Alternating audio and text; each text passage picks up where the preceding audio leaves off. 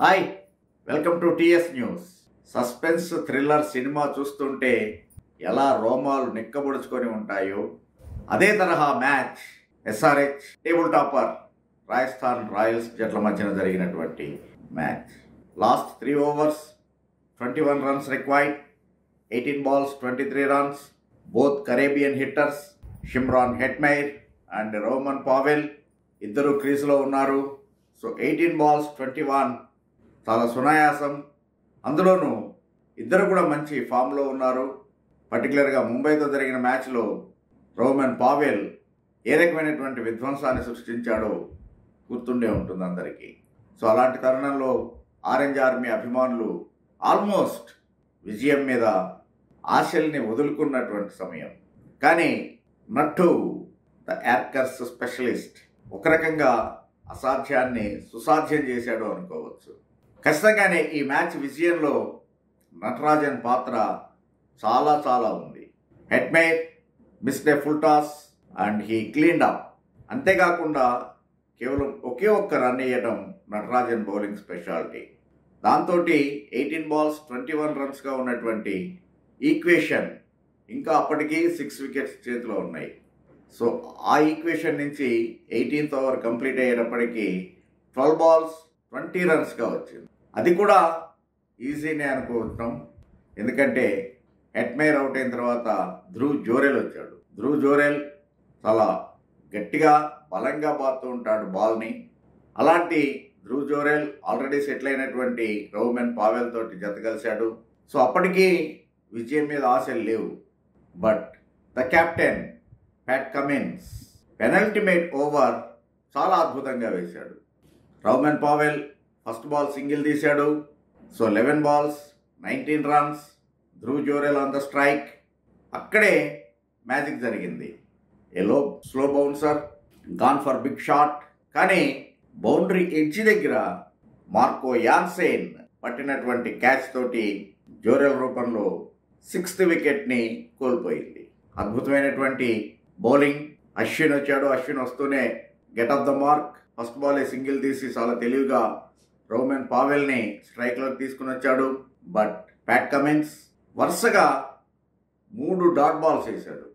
So Cummins ఆ over 5 balls 1 run 1 wicketగా ఉన్నటువంటిది. But last ball a fuller length delivery.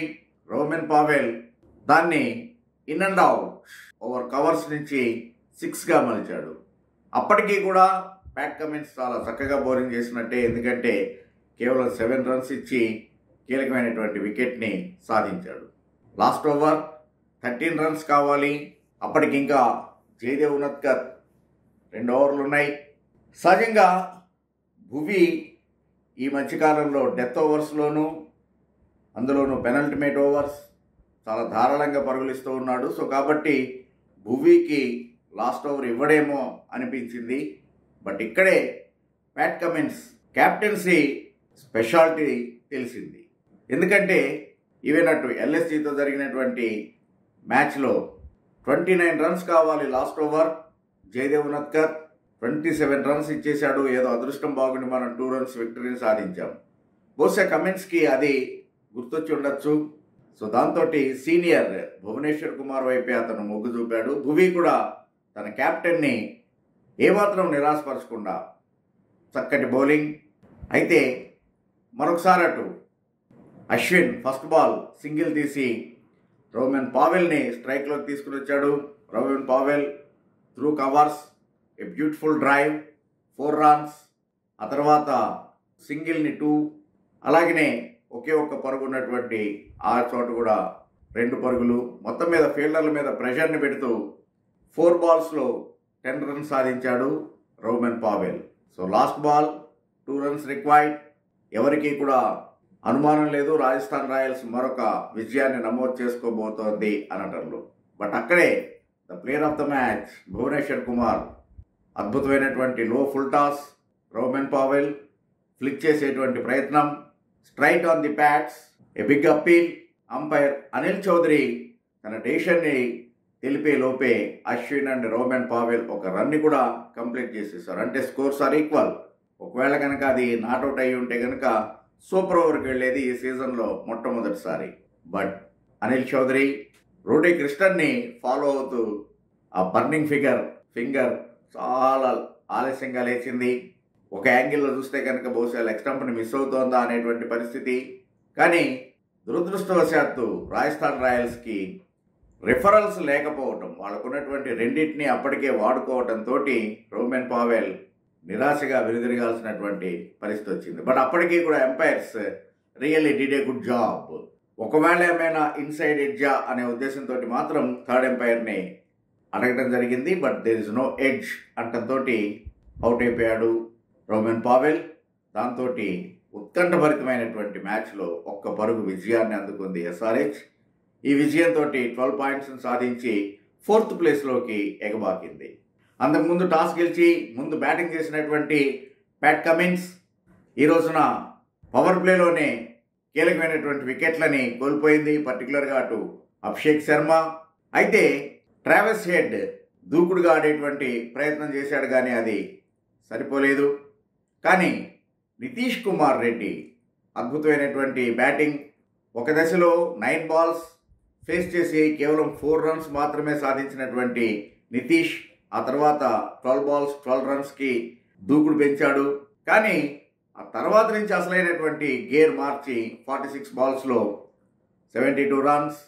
మరొకవైపు అటు రాజస్థాన్ బౌలర్లు కట్టుదిట్టమైనటువంటి బౌలింగ్ ప్రదర్శనతో పరుగులు రావటం కష్టమైనటువంటి తరుణంలో కూడా ట్రావిస్ హెడ్ తన సహసిద్ధమైనటువంటి ఆటకి విరుద్ధంగా 44 బాల్స్ ఫేస్ చేసి 58 రన్స్ చేశాడు. అంటేనే సహజంగా ట్రావిస్ హెడ్ స్ట్రైక్లో ఉన్నాడు అంటే, క్రీజ్లో ఉన్నాడు, అంతసేపు కుదురుకున్నాడు అంటే 44 బాల్స్ అంటే 88-90 రన్స్ అట్లా ఉంటుంది. బట్ ఈ రోజున చాలా నిదానంగా తన యొక్క సహసిద్ధమైనటువంటి బ్యాటింగ్కి భిన్నంగా బ్యాటింగ్ చేశాడు. కానీ కీలకమైనటువంటి పరుగుల్ని అందించాడు నితీష్ తోటి కలిసి. చివరిలో క్లాసెన్ కేవలం 19 బాల్స్లోనే 42 రన్స్. దాంతో 201 రన్స్ సాధించగలిగింది ఎస్ఆర్హెచ్. ఆ తర్వాత భువనేశ్వర్ కుమార్ చాలా రోజుల తర్వాత తన యొక్క రిథమ్ని అందుకున్నాడు. ఫస్ట్ ఓవర్ కేవలం ఒకే ఒక్క రన్ ఇచ్చి కీలకమైనటువంటి Jos Buttler and captain Sanju శాంసన్లని అవుట్ చేశాడు. ఆ తర్వాత మాత్రం 134 runs partnership Yashasvi Jaiswal and Riyan Parag. అయితే జైస్వాల్ 9 రన్స్ మీద ఉన్నప్పుడు ఈజీ క్యాచ్ని ప్యాట్ కమిన్స్ వదిలిపెట్టడం, అలాగనే రియాన్ పరాగ్ 24 రన్స్ మీద ఉన్నప్పుడు అభిషేక్ శర్మ మరొక సునాయాసమైనటువంటి క్యాచ్ని వదిలిపెట్టడంతో వాళ్ళిద్దరూ కూడా కుదురుకొని ధాటిగా బ్యాటింగ్ చేశారు. జైస్వాల్ 72 రన్స్, రియాన్ పరాగ్ 65. మ్యాచ్ని తీసుకెళ్ళిపోతున్నారేమో అనేటువంటి తరుణంలో అటు కమిన్స్ మరొకసారి బ్రేక్ త్రూ అందించాడు. ఓవరాల్గా కమిన్స్ 2 వికెట్లను తీసుకున్నాడు. Player of the match Bhuvneshwar Kumar 4 ఓవర్స్లో 41 రన్స్ ఇచ్చి 3 wickets. Even Natarajan bowled well 2 wickets తీసుకున్నాడు.